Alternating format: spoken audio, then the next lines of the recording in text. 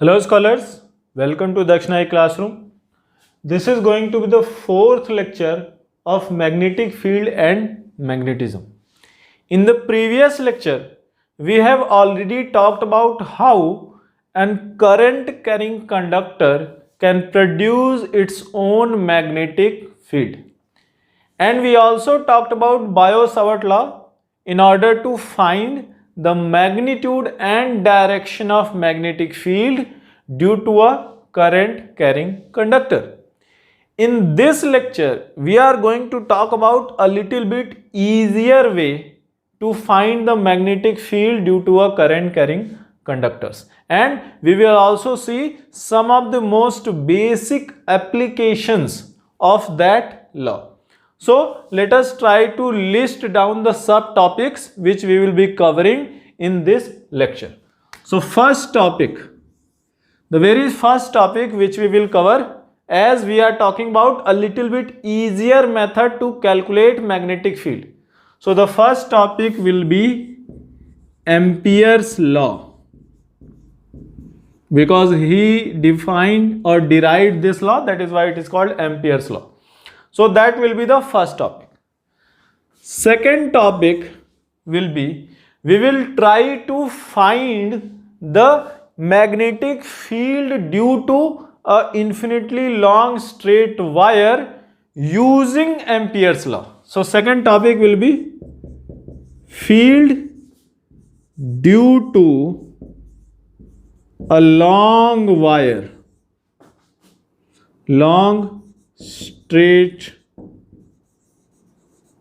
wire. So we have already derived field due to long straight wire using Biot-Savart law, but in this lecture we will find field due to a long straight wire using Ampere's law. So that will be the second topic. Third topic will be something called solenoid. So field inside a solenoid. So we will use Ampere's law in order to find field inside a solenoid. And the fourth topic which we will cover in this lecture will be field inside a toroid. What is a toroid? We will take a look. So fourth topic will be field inside a toroid, that we will cover in today's lecture. You can pause the video and note down these topics. Now, first thing first, let us try to understand what is your Ampere's law. Now, in order to understand Ampere's law, now the Ampere's law is used to find the magnetic field due to a current carrying conductors. So let us say there are multiple current carrying conductors. Let us say one is here, one is here, another is here, somewhere another is here, some is here. So let us write this as I1, this as I2, this as I3, this as I4, and this as I5. Now dot means current is coming out of the board, cross means current is going inside the board. Now all these conductors are perpendicular to the plane of the board. Now first thing you need to do in order to apply Ampere's law, first draw a curve or draw a closed loop. Draw a closed loop in the plane perpendicular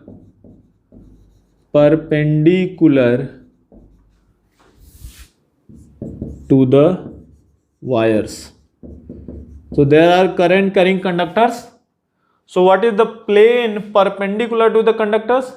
These conductors are either current going inside or outside. So this white board is the plane perpendicular to the wires. So draw a closed loop. Now what kind of loop? Circular, rectangular, what shape? It can be any shape, does not matter. So your loop can be any shape. Now, should my loop consider or enclose every element or just few elements? Does not matter, whichever you want.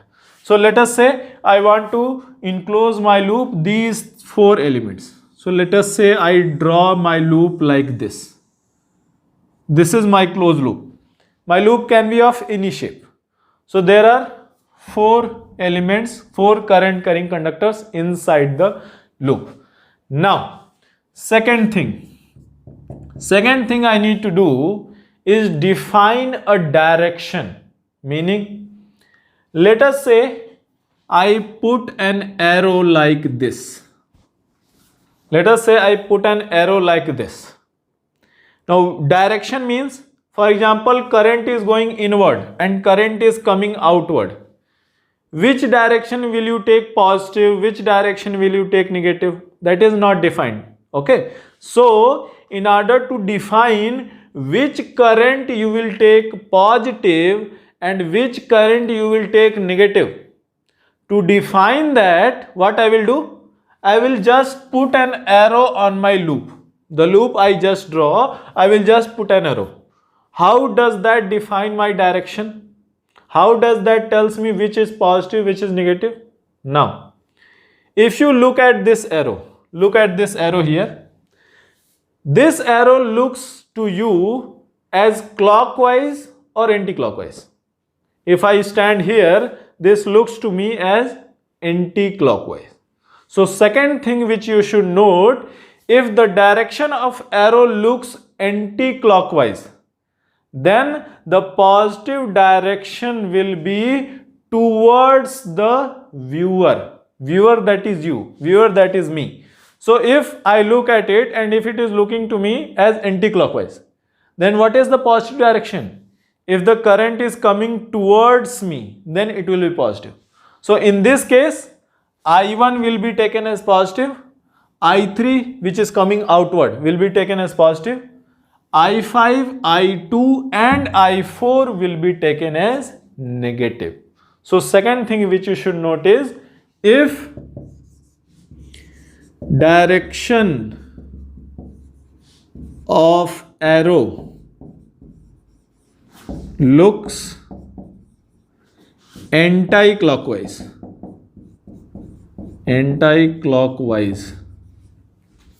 then positive direction is taken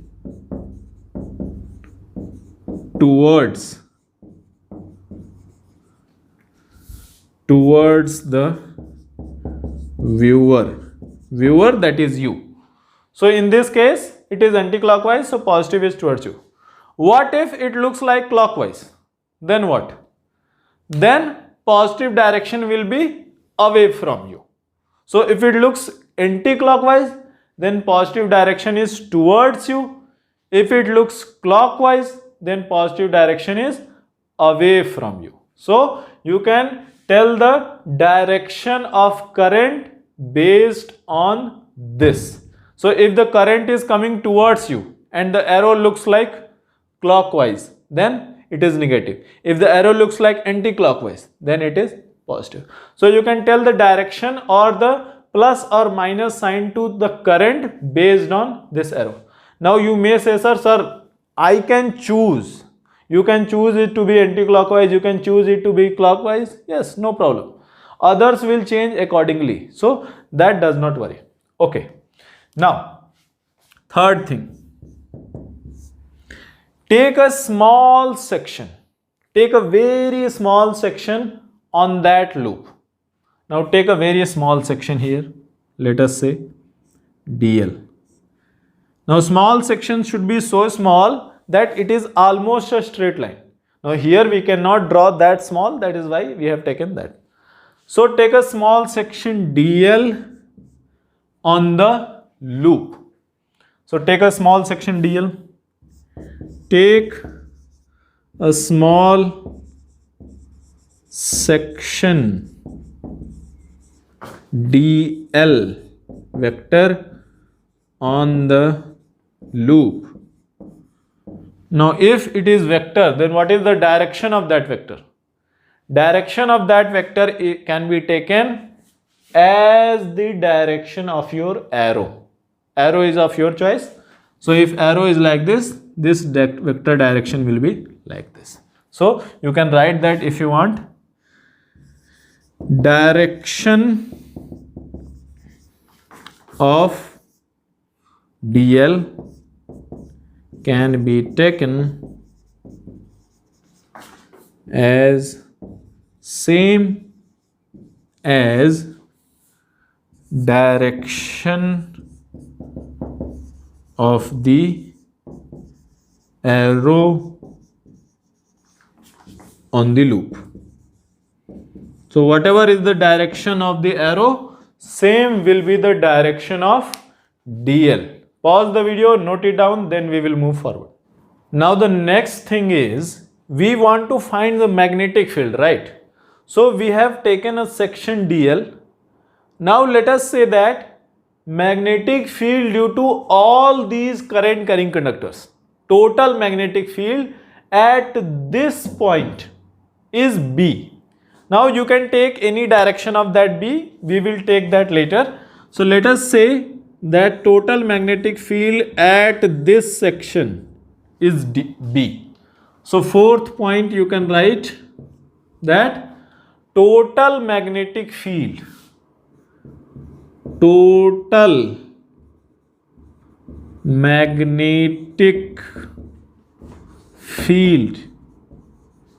at dl section is B vector. This is the total magnetic field at the dl section. Now remember, at different points of the curve, this B will be different, but at this section this is B. So that is that. Now the fifth point is that if I want to find the total magnetic field due to all the wires, what I do is integration of, we are discussing Ampere's law. So integration of B dot dl. Now what is B? Field due to all the wires. What is dl? This section, this small section vector.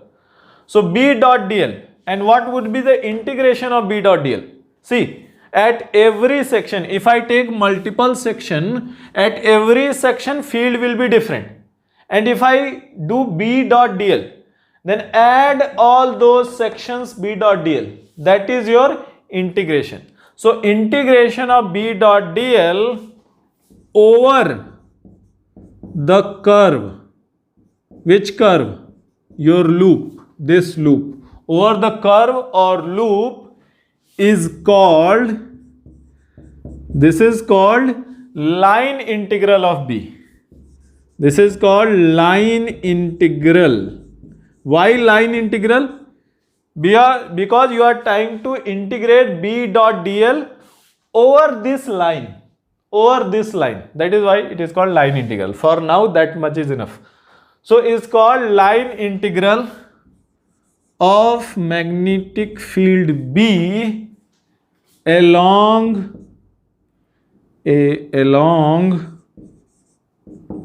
the curve.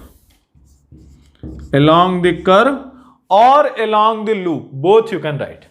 And this is written as, it is written as B dot dl. Integration sign with a closed loop over the integration sign. This means that integration of B dot dl is taken over a closed loop. That is your integral, line integral of B along the curve. It is written B dot dl. Pause the video, note it down, then we will define what is your Ampere's law. Now let us say that what is actually the definition of Ampere's law. What Ampere's law actually tells us. So the Ampere's law tells us that line integral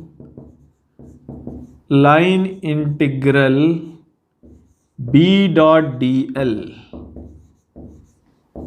of resultant magnetic field. Resultant field means this field will be due to all the wires. Resultant field along a closed loop. Along a closed curve. Along a closed curve. Meaning this curve which we are talking about, this should be closed loop. It should not be a straight line or something like that. It should be a closed loop. Along a closed curve is equal to mu naught times. What is mu naught? Permittivity of the free space is equal to mu naught times total current. Now here it is important. Total current passing through area bounded by closed loop. It is written as, mathematically it can be written as line integral of B dot dl will be equal to mu naught times I total. Now here, this is your mathematical statement of Ampere's law. Now two things you need to note in this statement. Number one, this I, this current, mu naught times total current passing through the area. Meaning this I in this statement is what? Now see here. Here there are 1, 2, 3, 4, 5 current carrying conductors. But only 4 of them are passing through the area bounded. Meaning this is my closed loop. And this is the area bounded by the closed loop. Only 4 of those wires are passing through your area bounded by loop. So this I will include only these 4. So here first thing, I includes only currents passing from inside the loop. If the current is passing through outside the loop, then that will not be included in I. Inside loop. In this case, what would be I? I would be equal to, now remember, plus minus you have to take into account. Here anti-clockwise, so towards you is positive. So I will be equal to I1 positive, inside minus I2 negative, I3 outside plus I3, I4 inside minus I4. This will be your total amount of I in this case. Now see, I have not included I5 in this value of I. I5 will not be included. Why? Because it lies outside my loop. This is my closed loop and I5 is outside that loop. So like that. So this way. Second thing which you should note it down, that even if I have not included outside current in this I, the magnetic field B is due to all the currents. B is due to all the currents. Field is this B is due to this value also. total magnetic field. So B is field due to all the currents irrespective of whether they pass through the loop or not. So second point you can note it down is B is due to all the currents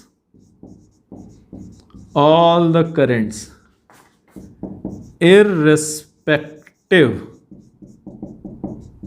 of whether they pass through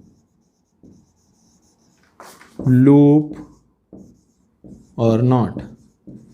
So it does not matter your current is passing through the loop or not. It will contribute to the total magnetic field B here. But on the right hand side, this I, when you talk about this I only includes the current passing through your loop. So this is your Ampere's law. Using the Ampere's law, we can find the net magnetic field very easily in some certain conditions. First, pause the video and note it down, then we will move forward. Now let us try to find the field due to a long straight wire using Ampere's law. So we have already found this field using Biot-Savart law, but here we will try to find using Ampere's law. Now what is this field? Now see here. This is a straight current carrying conductor and the current is like this. Current is coming towards you. Now, the first step, I need to draw a closed loop. Now here it is important. You can draw any closed loop you want. But if you want to use the Ampere's law to find the magnetic field, it will be better if you use some familiar loops. So here let us say I draw a circle, because we already know from Biot-Savart law that this wire will produce circular field. So I draw a circle around my wire. That circle is my closed loop. Now the second thing I need to do is I need to assign positive direction. So what I need to do? I will draw an arrow on the loop. So anti-clockwise arrow is looking and the current is coming towards you. So the current can be taken as positive. So let us say this is I amount of current. Now, so first thing you draw the circle.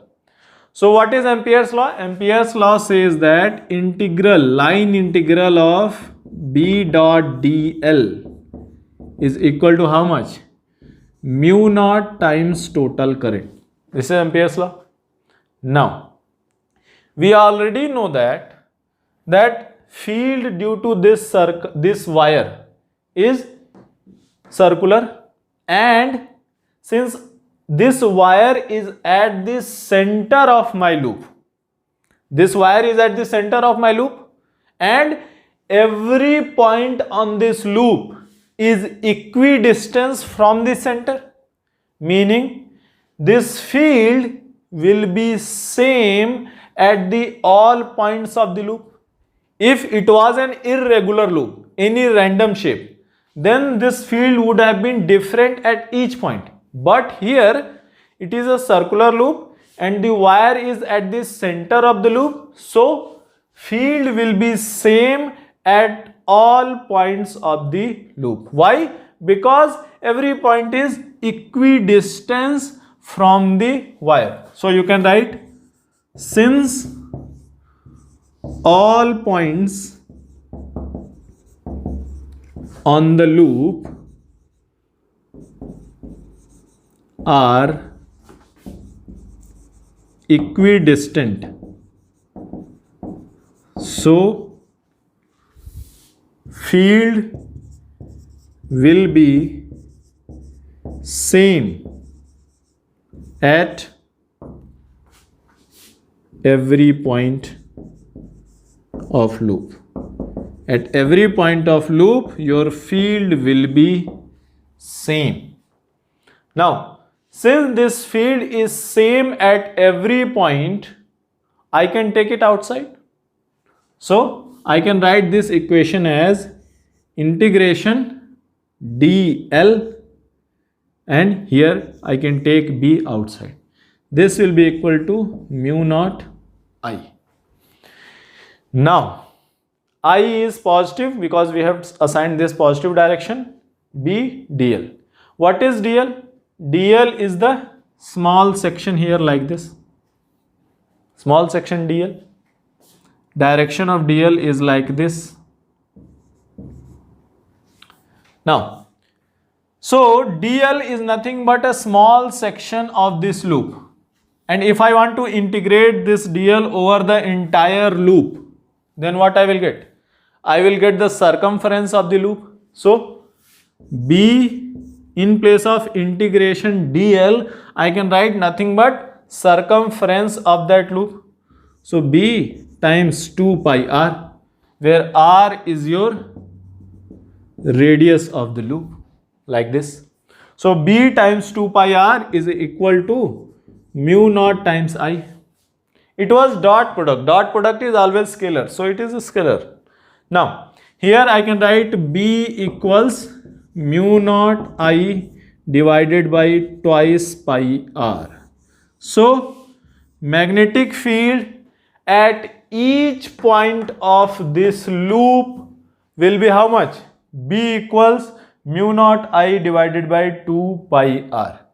If you remember, we have already derived this equation using Biot-Savart law for an infinitely long straight wire. It is same as that one. That was a little bit complicated. Here it is very easy. B dot dl is equal to mu naught I. B take outside. dl is 2 pi r. So B is equal to mu naught I by 2 pi r. Very easy. You don't need to remember a lot of equations. So this is your Ampere's law. You can use Ampere's law to find magnetic field in certain symmetrical condition. What is the meaning of symmetrical condition? Here, what is the case? Here your wire is at the center. Your loop is circular. So it is a symmetrical condition. You cannot use an irregular shape loop and try to find the field. If you use irregular shape loop, then this B will be different at each point of the loop. Then you cannot take this B outside. You cannot write dl equals 2 pi r. Then Ampere's law becomes very difficult. So Ampere's law is only useful when you use it symmetrically. So here this is your magnetic field at a distance r from the current carrying conductor with current I, where mu naught is your permittivity of vacuum. Now how do you find the direction of field? Very easy. We have already talked about. Current is forward, outward. So put your thumb of the right hand towards the current. This is your current. Curl your fingers. Curl your fingers towards the thumb is your current. Curl your fingers. So whatever is the direction of curling of your fingers, that will be the direction of your field. So here you can write as note direction of field can be found or obtained using thumb rule. What is thumb rule? Point the thumb of the right hand towards the direction of current. Then the direction of curling of your fingers will tell you the direction of field. So in this case, field direction also same, like this.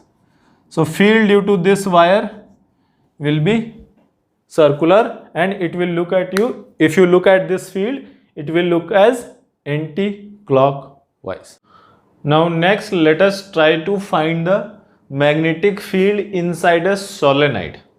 Now first thing first, what actually is a solenoid? So a solenoid is nothing but you take a cylinder like this and you take a wire, insulated wire, and what you do is you start wounding this wire at the cylinder like this. So you must have seen a spring. So when you wound this wire on this cylinder, it looks something like this here. These wires are rounded circular on the top of the cylinder. So this is your solenoid, wires wounded on the top of a cylinder.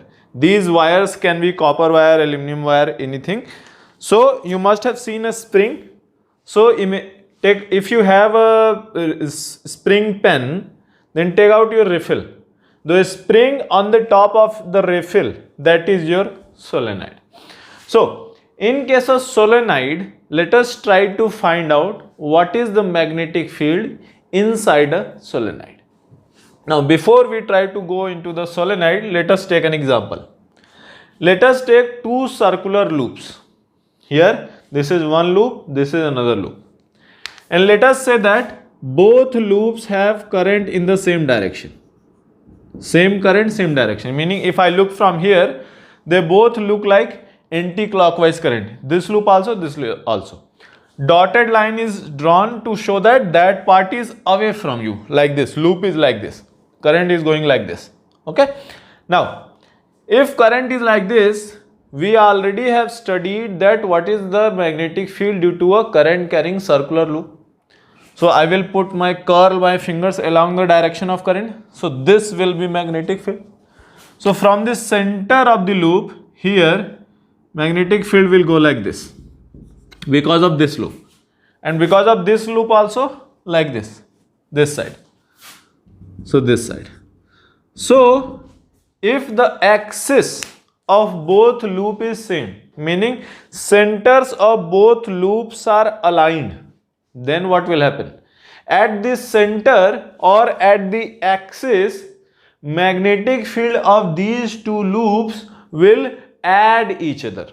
They will add to each other. They will strengthen each other up. So what happens if I keep on stacking loops on top of each other? Here I have drawn two loops. If I draw a third loop, then the third loop magnetic field will add to these two magnetic field. So the more number of loops I put together, more will be magnetic field along the axis of the loops. Now this is along the axis. Now what about outside? Now if you see here this is my loop like this. Magnetic field is like this, curl fingers along the loop. So outside, what is the field on the outside? How I can tell the field on the outside? Let us see. This is your curl. If this is the curl, this is the field. Field is a closed loop. So here field comes like this, from outside it goes like this. So here it comes like this, from outside it goes like this. So for second loop, I can draw the field outside like this. From here field comes like this, and outside the loop it is like this. So let us take a point here. Due to this loop, field at the outside point here is in this direction. And what about this? For this, it will be like this. Here like this, here like this. So at the outside point, what is happening? These two loops are cancelling each other's magnetic field. And what about at an inside point or at the axis? They are adding each other's magnetic field. So when you place multiple current carrying loops in close proximity to each other, what actually happens is that at the axis of the loop, field becomes almost uniform. And at the outside point, field becomes almost zero. So using this property, we can calculate what would be the magnetic field inside a solenoid. You can assume a solenoid to be nothing but a combination of multiple current carrying loops. One loop on the top of other, on the top of other, on the top of other, like that. So a solenoid is nothing but a combination of a very large number of current carrying loops. So Here let us try to find out the what is magnetic field inside a solenoid. So you can draw this diagram if you want. Now let us try to write the first point for our solenoid. So for a solenoid, the first point should be, now here if there is a solenoid, its length would be finite, meaning what is length? Length is this, from first loop to the last loop, that is length. And since solenoid is nothing but circular loops around a cylinder, so there would be a radius, of the loop. So first condition is, if we want to find the magnetic field inside a solenoid, and we have just explained or talked about that two loops, if the current in them in the same direction, inside the loop or along the axis of the loop, they try to strengthen each other's magnetic field or increase the strength of magnetic field. At a point outside magnetic field, they try to cancel each other. So first, if length of the solenoid is very large when compared to radius of the solenoid. So if this is true, if length is very large in compared to the radius, then field inside the loop or solenoid, inside the solenoid is uniform, and field at an outside point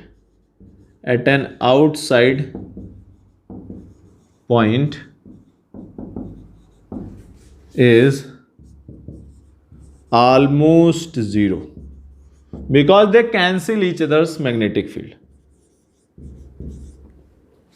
So if this condition is true, then this is condition that inside field will be almost uniform straight line and outside it will be almost zero. Now, how we can use this to find the magnetic field inside a solenoid? Now remember, we have studied Ampere's law. What was Ampere's law? Ampere's law tells us how to find the magnetic field under certain symmetrical conditions. So pause the video, note at this point, then we will move forward. Now let us try to find actually how much is the magnetic field inside a solenoid. So we have already discussed what is solenoid and how field inside the solenoid is almost uniform and field outside the solenoid is almost zero. Now in this case, we have drawn a rectangular loop. We have drawn a rectangular loop A, B, C, D. Now if I want to draw or if I want to apply Ampere's law on this rectangular closed loop, then what I will write? Line integral of B dot dl will be equal to mu naught times I. Now what is B dot dl? dl is the small section on that loop, the loop ABCD which we have drawn. Mu naught is the permittivity of vacuum. I is the total current crossing through that loop. Here you can see loop is rectangular and the current in my solenoid is going inside the loop, inside the board. So, and the loop is looking to you. There is an arrow drawn to you. Loop looks like clockwise.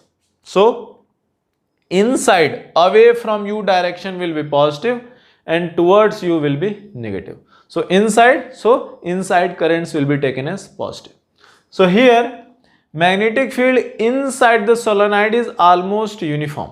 So I can write that as, so here if you pay attention, magnetic field inside the loop is almost, inside the solenoid is almost uniform, outside is almost zero. So for A to B integration, I can take B constant. For C to D integration, I can take magnetic field 0. And what about B to C and D to A? In the diagram you can pay attention. So for B to C, if you see, length is like this and field is like this. So length and field are at 90 degree to each other. So here if DL and B are 90 degree to each other, then that will be 0. So you can say line integral for A to B will come into the effect. For B to C will be 0 because they are at 90 degree to each other. For C to D, they will be 0, line integral will be 0 because your field is 0. For D to A, again it will be 0 because again they are at 90 degree to each other. Your length is like this and field is like this. So 90 degree. So again 0. So here in case of line integral, we are calculating line integral over entire rectangle. But only that arm which is inside your solenoid, that will come into effect here. For other 3 arms, B dot dl comes out to be 0. So here you can say B is outside. And what is dl? dl is the integral over that length. So dl is the integral from A to B, from in this rectangle from A to B. So A to B length is L. So B times L will be equal to how much? Mu naught times I. What is I? I is the total current crossing through that rectangular loop which you have drawn. Now what is the total current crossing? If you can see in the diagram here, if that is your loop, rectangular loop, wires are going inside that loop. So if one wire carries current I, then total current will be nothing but total number of wire crossing through that loop multiplied by current through one wire. And what would be total number of wires? Total number of wires can be written as nothing but, here this is L. What is L? L is the length of your loop. So number of turns per unit length. Solenoid is turns.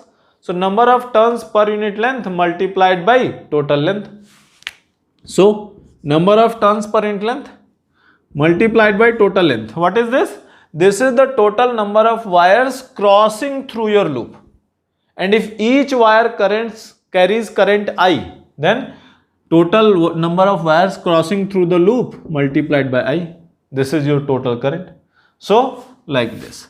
Here L will cancel out. So what you will get? B equals mu naught N I.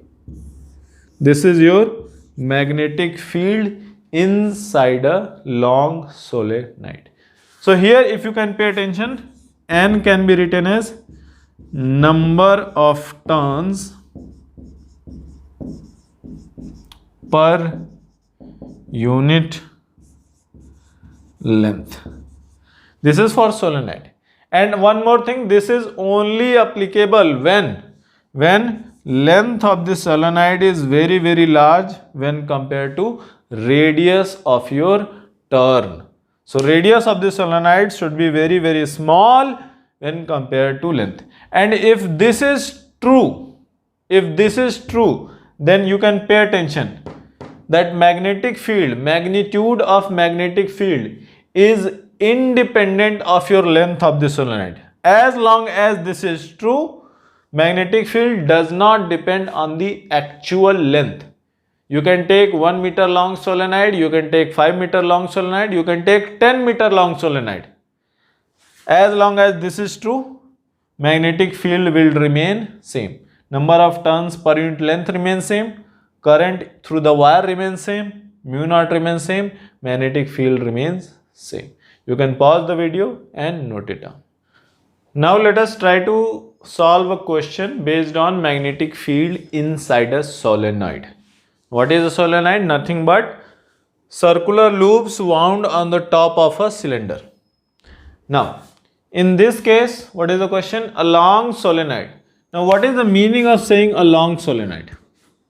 Long solenoid simply states that length of the solenoid is very, very large when compared to the radius.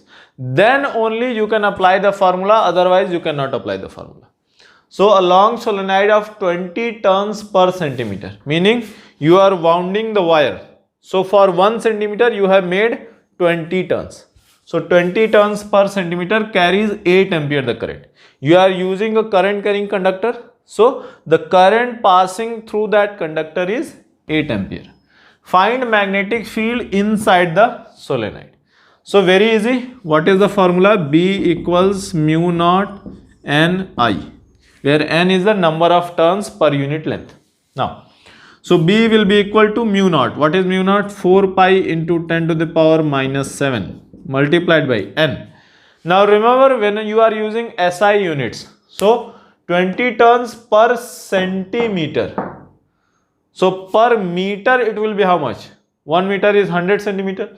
So per meter it will be 2000 turns. Very thin wire it seems. So 2000 turns per meter. Remember, you have to use SI units. So mu times number of turns per unit length in meter per meter multiplied by current. What is the current flowing through the wires? 8 ampere. So current flowing through the wires is 8 ampere. So this will be how much?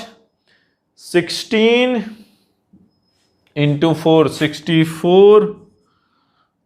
Yes, 16 into 64 pi into 10 to the power minus 7 plus 3, 10 to the power minus 4 Tesla. Now, so that will be approximately your, yes, approximately 20 micro Tesla. So, for a solenoid which has 20 turns per centimeter carrying a current of 8 ampere and it is a long solenoid. The meaning of long solenoid is length is very large when compared to the radius. If that condition satisfied, now see here, length of the solenoid does not factor in the magnetic field. Meaning, as long as this condition satisfies, as long as length is very large when compared to the radius, then no matter you have 10 centimeter long or 20 centimeter long or 100 centimeter long or 100 meter long, your magnetic field inside the solenoid will be same and it will be uniform throughout the axis of the solenoid. So magnetic field of the solenoid is independent of its total length as long as this condition satisfies. You can say, sir, you are saying independent, but if I make it so small that this condition no longer satisfies, then it depends on the length. Then you cannot apply this formula. Okay. So keeping this in mind, you can say magnetic field in the solenoid is independent of its total length. You can write that as a note. If you want, you can write that as note. Field is independent of total length of solenoid. You can write that as a note. Pause the video, note it down. Now let us talk about toroids. Now what are toroids? A toroid is nothing but a solenoid bent in a circular shape. So how it is? So suppose I take a solenoid spring and you must have played like this. What we do is we try to make a circular loop out of the spring. So if you have a spring pen, take out the spring from your pen and try to bend it in circular shape. That is your toroid. So here you can see a diagram of an actual toroid. So let us try to find the magnetic field inside a toroid.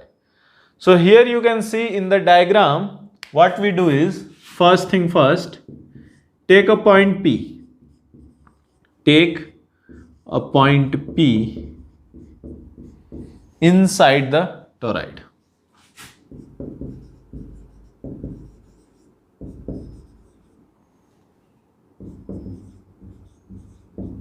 take a point P inside the toroid. Now second thing what you will do, when you are trying to use Ampere's law. So when you are trying to use Ampere's law, what you need to do is you need to draw a closed loop such that some wires, some current carrying wires are passing through your closed loop. So draw a circle through P and concentric to toroid. So there is a center of the toroid. So what I will do? Draw a closed loop or circle through P, through point P, and concentric to toroid like this. Now, if that is done, now see here, every point on that closed loop is at equal distance from the center, meaning we can conclude that every point on that loop or that circle we have drawn, field at every point will be same. Why same? Because every point is concentrics, equal distance from the center of your toroid. So by symmetry you can say that field at each and every point will be same. So here third I can write by symmetry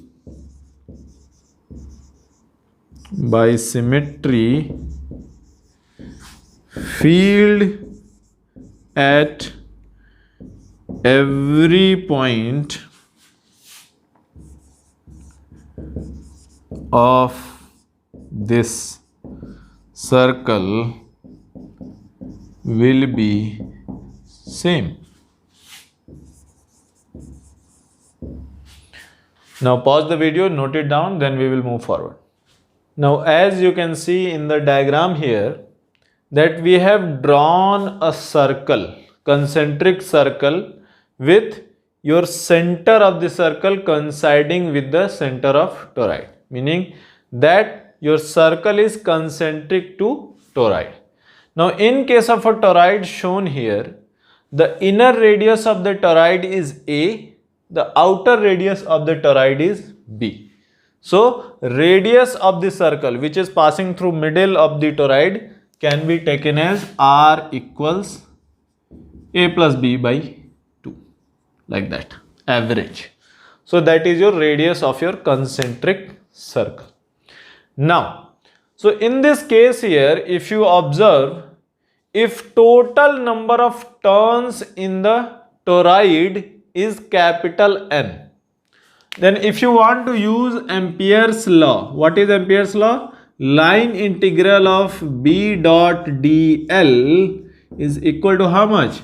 Mu naught times total amount of current passing through your closed loop which you have drawn. Now here, now see, we have already discussed that since every point on that circle is symmetrical, meaning magnetic field at every point on that circle that we have drawn will be same. So if that magnetic field is same, I can take B outside. So I can take B outside, integral of dl remains. Now what is dl? dl is the small section on your loop. What is the loop here? The circle which we have chosen to draw. Now, so the dl integration, linear line integration of that small section over entire circle will be how much? dl is nothing but a small part of that circumference of the circle. And if I integrate that entirely, I will get what? I will get circumference of the circle. So I can write in place of line integral here, I can write b 2 pi r, where r is the radius of that circle which we have drawn. Now here, mu naught times I. What is I? I is the total current passing through that loop. Now here, if the circle is like this and turns are going like this, then turns are crossing inside or outside the circle. So if the total number of turns in the toroid is capital N, then what is the total amount of current crossing through my closed loop? What is my closed loop? Here the circle which we have drawn, that is my closed loop. So what is the total value of current passing through my closed loop? If the current in one wire is I and the total number of wires is capital N, then what is the total amount of current crossing through my loop? Mu naught times capital N, total number of turns in your toroid, multiplied by I. So here write that here also, mu naught N I. So here I can write magnetic field due to a toroid will be equal to mu naught capital N I divided by twice pi R. This is your magnetic field inside a toroid. Here you can write two things. Number one, what is capital N? Capital N is total turns in toroid. Number two, what is R? R is the average radius of your toroid. In case of a toroid, inner and outer radius may be different. In most of the questions, you will get same, just the radius of the toroid. But if they have given inner radius and outer radius different, you can take R to be the average radius of toroid. That is your R. So, if you know the total number of turns in your toroid and you know the radius of the toroid and you know how much current is flowing through the wires which are making your toroid, then you can find the magnetic field inside a toroid, which will be equal to how much? Mu naught N capital N. Remember, this is capital N. In case of solenoid, that was small n. So small n is number of turns per unit length, and in case of a toroid, it is capital N, which is your total number of turns. So mu naught, total number of turns, I divided by 2 pi R, where R is the average radius of your toroid. So this way you can find the magnetic field inside a toroid. Now remember, in case of a toroid also, at any point on that circle, magnetic field will be uniform. So in case of a toroid, magnetic field is circular, like magnetic field lines will be circular throughout the toroid. In case of a solenoid, magnetic field inside the solenoid are almost straight lines. Outside they diverge, but inside the solenoid they are almost straight line, as you can see in the diagram here. Now let us try to solve a question based on solenoid. What is the question? A solenoid carries a current of 2 ampere. An electron is moving in uniform circular motion inside it. Since magnetic field inside the solenoid is uniform, so electron can move in uniform circular motion with a frequency of 1 into 10 to the power 8 revolutions per second. Find number of turns per meter in your solenoid. Now first thing first, when an electron moves in uniform circular motion inside a magnetic field, then what you do? You say time period is nothing but twice m pi divided by qb, 2 pi m by qb. So what would be the frequency? Frequency is nothing but 1 by time period, which will be qb divided by 2 pi m. That would be the frequency of your electron. Now here B, what is B? Since the electron is moving in a uniform circular motion inside the solenoid, so B can be taken as magnetic field inside the solenoid. And what is magnetic field inside a solenoid? If you remember, B is equal to mu naught small n times I. What is small n? Small is number of turns per unit length that we have to calculate. Now, here is the frequency. Now put the frequency. So frequency is given as 1 into 10 to the power 8 revolutions per second, which is equal to Q. What is charge on an electron? 1.6 into 10 to the power minus 19. What is magnetic field B? B is mu naught and I. So what is mu naught? 4 pi into 10 to the power minus 7. What is N? We don't know. What is current? 2 ampere. Whole divided by 2 pi m. 2 pi m. What is mass of an electron? 9.1 into 10 to the power minus 31 kg. Okay. So let's solve this. 10 to the power minus 19 minus 7 minus 26. Come this side, minus 26 plus 8 minus 34. 10 to the power minus 31, which is 10 to the power 3. So this will be pi cancel. 2 cancel. 1.6 into 4 is 6.4. So N will be your 9.1 divided by 6.4 into 10 to the power 3 turns per meter. When you solve this, that will be approximately 1400 turns per meter. So in this solenoid, inside which an electron is moving with this many turns per second, that solenoid, if carrying current 2 ampere, must have how many turns per meter? 1400 turns per meter. That is the value of small n. You can pause the video and note down the question if you want. So this was the end of your lecture number 4 for magnetic field and magnetism.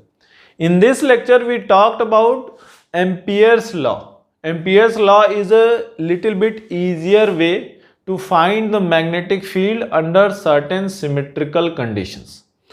Now we also talked about what would be the magnetic field due to an infinitely long straight wire using Ampere's law. And we also saw few special cases like your solenoid and your toroid. We also solved few questions based on your solenoid.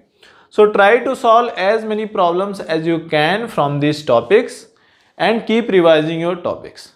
In the next lecture, which will be lecture number 5, we will talk about a particular case. What is that? Until now you have seen that what happens when a charged particle enters the magnetic field. If a charged particle moves inside a magnetic field, it moves in a circular motion that we have already seen. There is no change in kinetic energy, speed remains same that we have seen. Now in the next lecture we will talk about if along the magnetic field there is also electric field present, meaning both electric field and magnetic field are present in a region, and if a charged particle moves inside such a region, then how it will react, that we will talk about in the next lecture.